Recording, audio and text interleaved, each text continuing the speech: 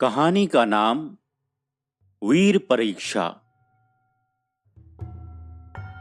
काबुल की ओर प्रयाण करते हुए महाराजा रणजीत सिंह की सेना ने रावलपिंडी के निकट पड़ाव डाला।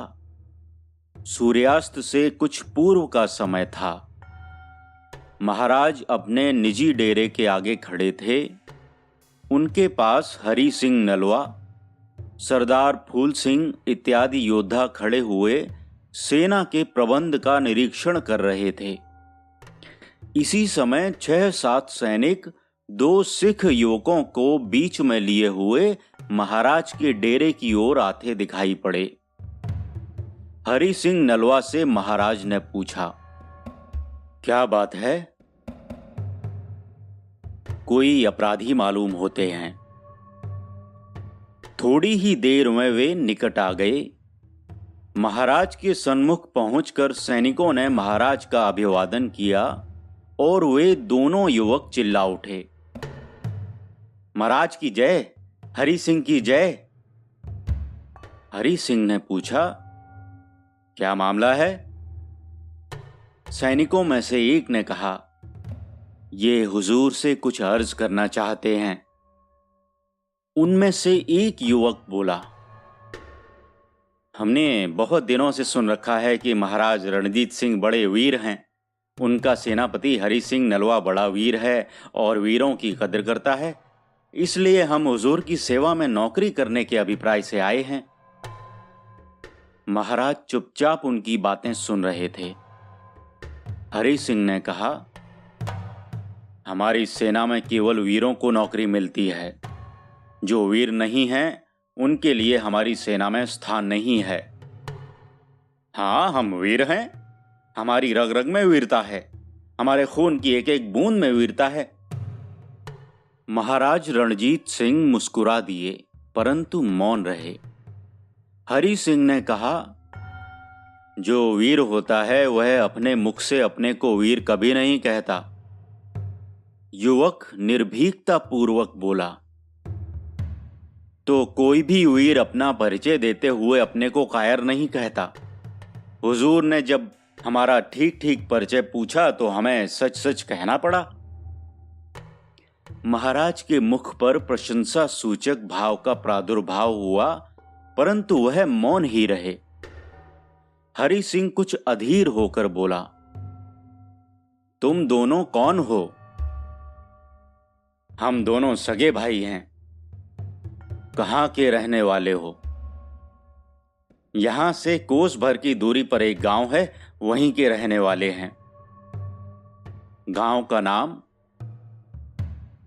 का नाम युवक ने बता दिया। हरि सिंह ने कहा, हमारे पास रंगरूटों के लिए जगह नहीं है। हम तलवार, भाला, तीर कमान चलाना जानते हैं। हम बड़ी आशा से आए थे। हमारा उत्साह युद्ध में भाग लेने का है। युद्ध के पश्चात विश्राम के लिए जाती हुई सेना में भर्ती होने की हमारी इच्छा नहीं है। अच्छा, तो तुम्हें युद्ध करने का उत्साह है? हरि सिंह ने कुछ व्यंग्य से पूछा। हाँ हुजूर। युद्ध करना जानते हो?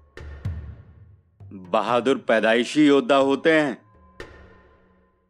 महाराज के मुख पर पुनः हल्की सी मुस्कान आ गई परंतु वे मौन थे।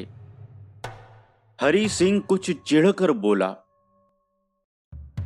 अच्छा, अपनी बहादुरी और योद्धापन का कुछ नमूना दिखा सकते हो? जो हुजूर की आज्ञा हो। कुछ क्षणों तक सोचकर हरि सिंह ने कहा, अच्छा, आपस में ही तलवार चलाकर दिखाओ। इतना सुनते ही सैनिक पीछे हट गए। दोनों युवकों ने म्यान से तलवारें निकाली और एक दूसरे के सम्मुख डट कर खड़े हो गए। कुछ क्षणों तक एक दूसरे को देखते रहे। एक ने दूसरे भाई से कहा, भाई, तू बड़ा वीर है। दूसरा भाई बोला, भाई, तू भी बड़ा वीर है। अपनी वीरता की लाज रखना। लाज रखने वाला परमात्मा है। दूसरे ही क्षण तलवारें चलने लगीं। अस्त होते हुए सूर्य की सुनहली किरणों के कारण ऐसा प्रतीत होता था कि दो सुनहली विद्युत रेखाएं आपस में मिलती और अलग हो जाती हैं। दोनों युवक मृत्यु की दो लपलपाती हुई जीवाओं से खेल रहे थे। महाराज हरि सिंह तथा अन्य उपस्थित सरदार बड़े ध्यान पूर्वक दोनों का युद्ध देख रहे थे। सहसा एक ने पैंतरा बदलकर दूसरे की छाती में तलवार घुसेड़ दी। उसने गिरते गिरते तलवार का हाथ जो मारा तो दूसरे का सर धड़ पर से झूल पड़ा। दोनों एक साथ ही धराशायी हुए। महाराज स्तब्ध थे, हरि सिंह अवाक, अन्य सरदार चकित। दोनों की लाशें कुछ देर तक तड़प कर ठंडी हो गईं। महाराज के नेत्रों में आंसू छलछला आए। वह आंखें पोंछते हुए बोले, क्यों हरि, वीरों की परीक्षा लेने का परिणाम देखा? हरि सिंह ने सिर झुका लिया। उसके नेत्रों से अश्रुधारा बह रही थी। महाराज ने सैनिकों से कहा, इनके गांव में जाकर पता लगाओ कि इनके घर में कौन है। चुपचाप पता लेकर आओ, यहां का हाल किसी को मत बताना। सैनिक तुरंत चल दिए। महाराजा रणजीत सिंह, हरि सिंह नलवा तथा कुछ अन्य सरदार और सैनिक गांव के एक कच्चे घर के सन्मुख खड़े थे। एक ओर कपड़े से ढके हुए दो युवकों के शव रखे थे। महाराज के सन्मुख एक वृद्धा खड़ी आंचल से नेत्रों को पोंछ रही थी। नेत्र पोंछते हुए उसने महाराज से पूछा कि महाराज ने स्वयं पधारने का कष्ट क्यों किया। महाराज बोले,